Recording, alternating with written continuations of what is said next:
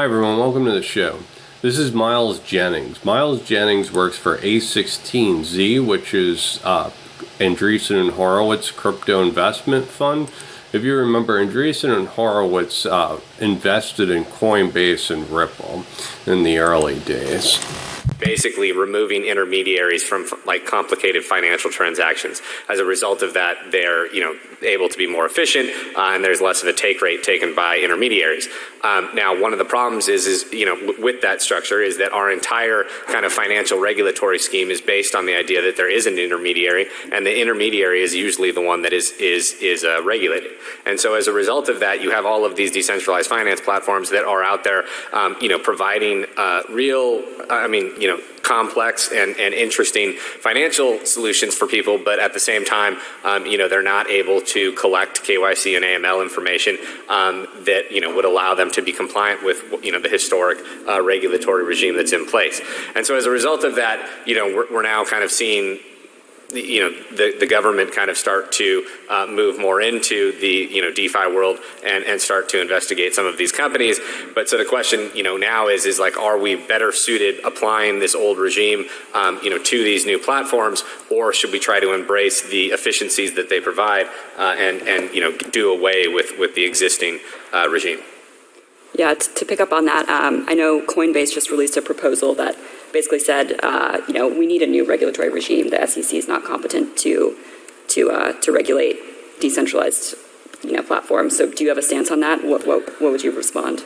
Yeah, I mean, I think that there's a number of different approaches that people are putting out into the world. I think that the in an ideal world, we would probably end up with a new regulatory body and a new, iteration of regulation applying to, these platforms and to the securities analysis for cryptocurrency and tokens that are issued. I think that's probably not the most pragmatic or direct approach to actually achieving success. I think that would take a significant amount of legislation, and it would take a bipartisan action. And so I think that overall that it's unlikely to occur at a pace that is going to be necessary for the industry to be able to keep growing.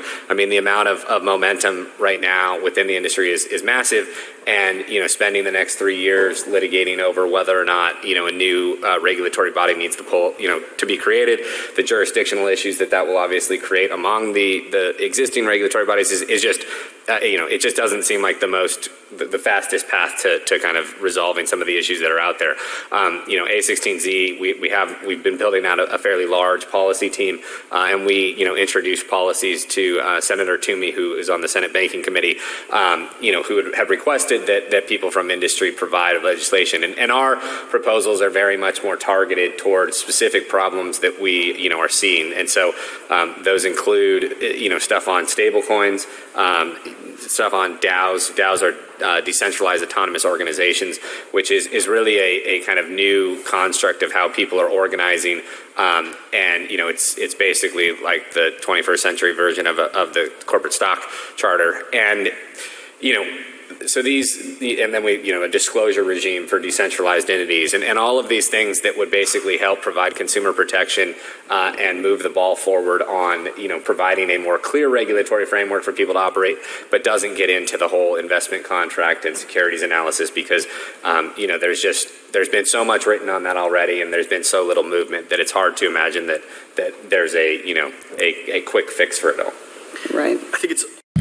All right, so Coinbase is trying to push for the old regime to leave, right, and to do away with the SEC. She says that the SEC is incompetent. There needs to be a new regulator, while Miles is disagreeing. He says, in an ideal world, we do need a new regulatory body, but the most pragmatic or direct approach to success is to use the current regulations that we have. So the current regulatory bodies that we have, significant regulations and bipartisan support are required for a new regulatory body, which will take really long. So the fast track is to kind of mold the existing laws into it. And he says that they're introducing policies to Senator Toomey, specifically stable coins, DAOs, disclosure regimes for decentralized identities. So that's a big one too. Just to be able to use DeFi, we're going to need some type of identity component, because they're pushing for transactions over 10,000, you need to KYC the person that you interacted with, while DeFi platforms today don't have that capability. So you couldn't track down the person that you sold $11,000 worth of Songbird to. It's just impossible right now. So in the future, it's going to be possible, and he's kind of giving the guidance to Senator Toomey. And then he says investment contracts and securities, they're not touching, because there's been so much written about it, and he's thinking that it's hard to imagine that there'll be a quick fix for it. The SEC has been trying to label every project as a security. I don't think there will be much success with DAO regulations anytime soon, just like investment contracts. Identity in DeFi seems like it will pass. I think we will have an economic crisis that will spawn emergency crypto and CBDC regulations in order to get UBI to citizens and push for efficiencies in the system. On a global level, these standards and laws are being ironed out. The global economy is being redefined, and we are moving to a more globalized and green world where crypto asset networks complement this initiative. So I found that pretty interesting. iTrustCapital, if you're not familiar, iTrustCapital offers crypto IRAs and precious metals IRAs. If you use my link, iTrust.capital/Darren, you can get a $100 funding reward. Now, Anthony Bertolino from iTrustCapital wrote an article called The Great DeFi Accumulation, and he goes through some of the on-chain analytics for MakerDAO. You can see the total value locked is increasing, while the fully diluted market cap's decreasing. So the price is going down, but the use of these networks is going up, right? So borrowing volume's going up, while the diluted market cap's going down. And the market cap's just price times the amount of tokens. So the total value locked is going up on Aave, and the price is going down. And you can see the same thing with borrowing volume, and it's pretty interesting. So I'll add this in the link in the description below. So be sure to check it out and just see what's kind of going on in DeFi. It's being actively used, but at the same time, the price is going down. Now, this is Stefan Pagasic. Stefan Pagasic is a senior advisor at U.S. operations for, they're working on the ESG mandates, the SDG, but more importantly, to help them accelerate the financing and delivery of SDGs in the Paris Agreement by 2030. So this is G17 Eco is designed to help all stakeholders and investment chains comply and lead ahead of the sustainability regulatory wave upon us, but more importantly, to help them accelerate and financing and delivering of the SDGs in the Paris Agreement by 2030. So listen to what he has to say. I found this interesting. In the entire industry for addressing both companies and investors. So why digital crypto versus the US dollar for ESG verification? Going back to the first slide, why is the US dollar not equipped to do this? Well, as we've talked about, ESG data is time consuming. It's fragmented. It requires independent auditing that's unbiased. It's unable to, spot anomalies in millions of data points. I mean, it's really, really hard to do this. Artificial intelligence and machine learning is a way to get closer to this. And I believe that AI and machine learning is going to get there. But the US dollar isn't set up to do any of this. It just isn't. It can't, at the end of the day, put a value on any of these activities because it just wasn't set up to do this. Digital crypto, however, is. It lives in that world. So it knows that world. It knows that language. Remember, we've talked about how these different providers are using different languages, different methodologies. They don't want to talk to each other. Well, digital crypto talks to ESG. It can understand it. It can translate. And that's really critical in being able to value this for the CFO of an organization or the fund manager for an investment firm. That's going to be incredibly critical for them to pass on that reporting to their clients and customers. The US dollar was, it was built on an economic system that frankly is undergoing a radical shift, okay? And I liken it to retrofitting a Model T with a Prius hybrid battery. Really, that's the way I think about it. Would you put a Prius hybrid battery in a Model T? Well, first of all, you can't. The Model T is only in museums, but you wouldn't do it. You simply wouldn't do it. You're talking about advanced technology with a very old system of transportation. Two transportation systems, okay, but very, very different in the way they go about getting you from point A to point B. And digital and crypto, as I mentioned, it allows for technology that's ubiquitous, it's accessible, and it does have the ability to create and value these tokens. And this is really an important point, that it's not the Federal Reserve printing the money. As I just mentioned, my nephew has created a digital token for a particular market need. And as you will see shortly, others have decided that there are alternative currencies that can respond to crises or create an economy or solve societal issues. It can be done. We have the history and we have the proof. And now we have the technology to align with this very, very important way of evaluating data. And so he's involved with the ESG mandates, the SDGs, the Sustainable Development Goals by the UN and NATO, right? And he's talking about the ESG, so the environmental, social, and corporate governance, right? So these crypto asset networks work really well with artificial intelligence and machine learning. The ledgers can be analyzed, and there's new use cases that can emerge from that. And he's saying that, the dollar is just not suited for this. He compares it to the Ford Model T while trying to put a Prius hybrid battery into the Ford Model T. It's just not going to work. So he says the fiat system is undergoing a radical change right now, and the Fed printing money is just one aspect of this, but the crypto asset networks have specific use cases for crises, social issues, and to create new economies. So listen to this. Finally, this is just my own personal opinion. I believe that we are on the cusp of creating a multi-trillion-dollar global economy based on alternative currency with crypto verification. I believe that this is the next big step in going forward because it allows for a multi-stakeholder valuation. It enables innovation and entrepreneurship to spring up, which creates jobs, which is good for the economy. And it really helps older industries transform to new industries and those individuals who've been working in those industries to gather new skills and look forward instead of backward.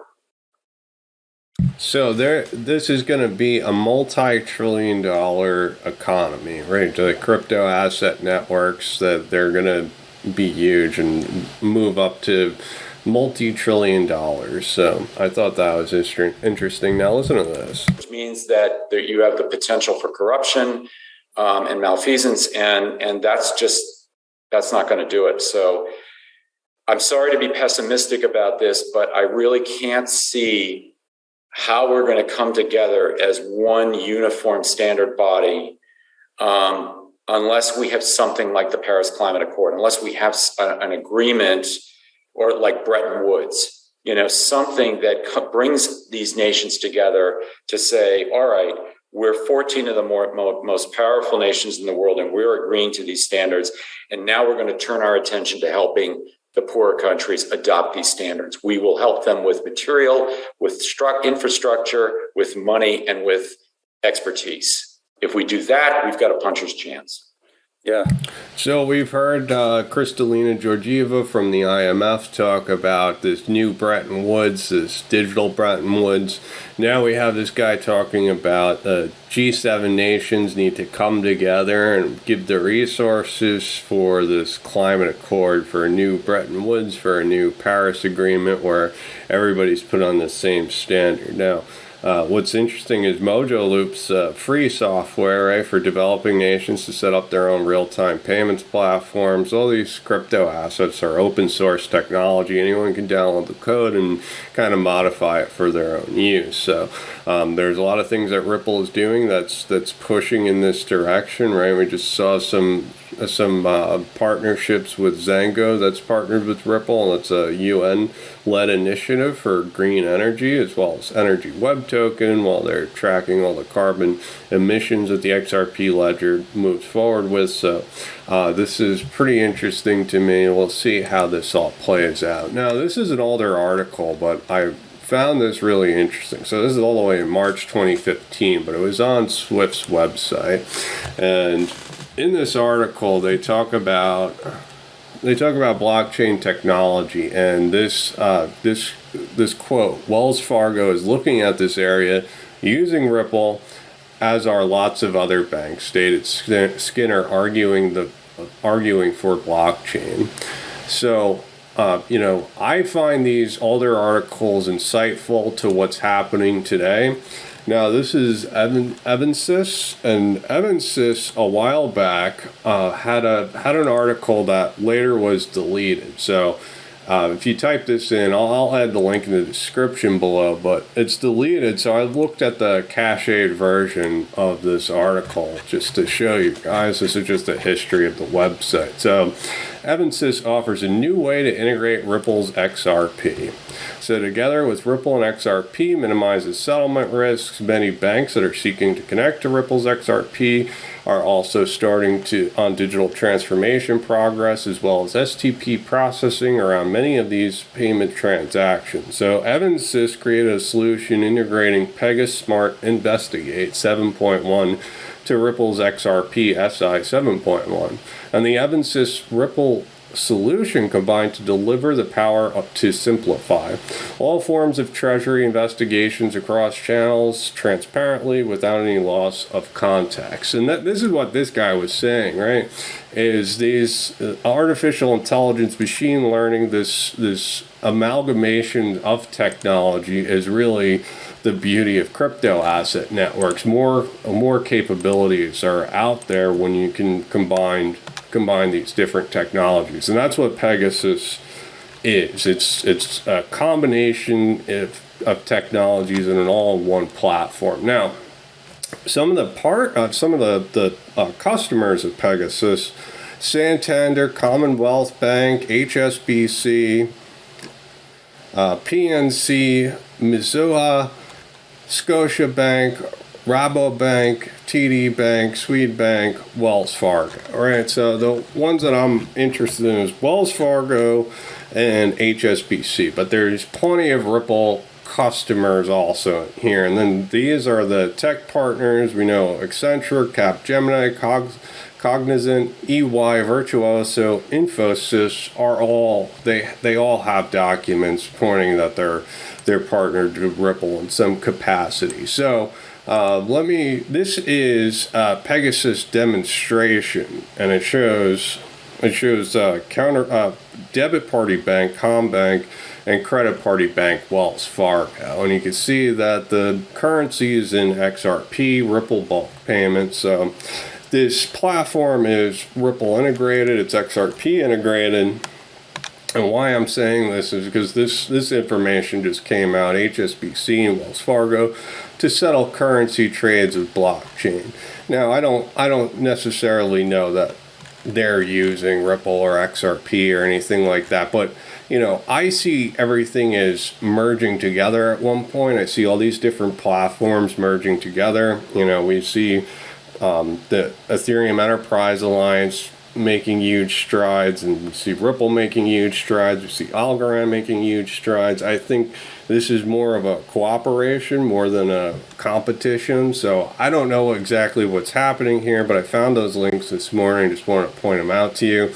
And then on top of it, they worked with the Central Bank of Switzerland and the Banque de France. There is a PDF with Banque de France showing Ethereum and XRP, just using both, testing both. And Chris Larson is part of the HSBC advisory group for technology. So the founder of Ripple is also on HSBC's advisory group. HSBC is also partnered with R3.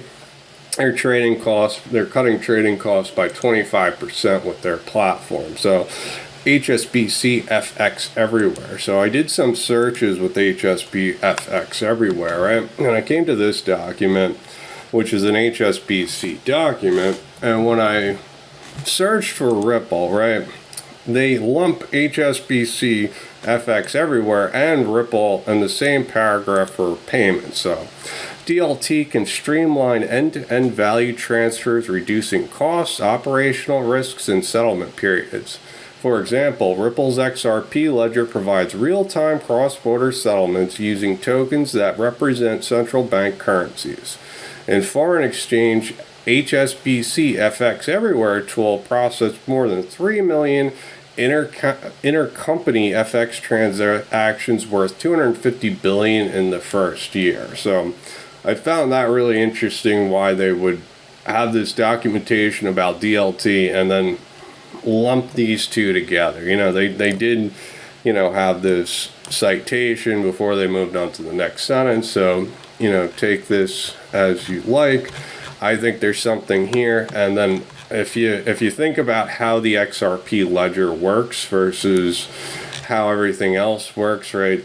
Banks issue assets on the XRP ledger. So it's completely possible that banks are actively using the XRP ledger, whether that's in testnet or public, and we wouldn't know about it, right? Because they're issuing tokens. That doesn't necessarily have to move the price. They just need 2 XRP to set up the trust lines. So I think there's something going on specifically to the XRP ledger and tokenization assets. This is Julio Ferrara, and he is CEO of Adhara. And Adhara is working on their own instant clearing and settlement. They're part of the Ethereum Enterprise Alliance. Now, listen, he was once at Banco Santander, and he also has written about Ripple. It's time for banks to push and move from discussing the potential benefits of blockchain to making them a reality. As ever, the devil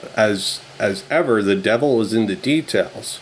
We're joining the Global Payment Steering Group in order to contribute to the definitions of the standards and processes which the industry now needs in order to move ahead and build better payments networks. So the Global Payment Steering Group was a Ripple initiative where they set the payment standards, and some of the people that were involved with this was Standard Chartered, Accenture, SCB, Siam Commercial Bank, SBI, CME Group, Seagate Technologies. There was and they set up the standards for that. So listen to this. At that time, actually, we're talking again 2014, late 2014. Ripple was very promising. Yeah. Ripple technology that was a lot about tokenization of assets, right? They were called IOUs at the time. I'm sure you remember. Yeah. And then they were talking about smart contracts. There was something called CODUs that supposedly was going to be a smart contracts capability on Ethereum type, let's say, right on top of that. That never happened, and we did try to deploy that technology privately in Santander. It was open source at the time. That's before Ripple pivoted into the new technology architectures that they tried later, and definitely before they focused so much on XRPs and so on. So just talking about technology, we tried to use that. It was impossible. I mean, it didn't really work. It was not fit for that purpose. That's So then Ethereum, as you said, appeared a little bit later. That was 2015. It was difficult to use it in the beginning, right, for permission use cases, right, because this was the public construct, which was amazing. I mean, it's a work of art. So we did have a lot of fun, adapting that, right, to do our own permission networks and all that. And that is really what fueled all the potential that we started to see, right?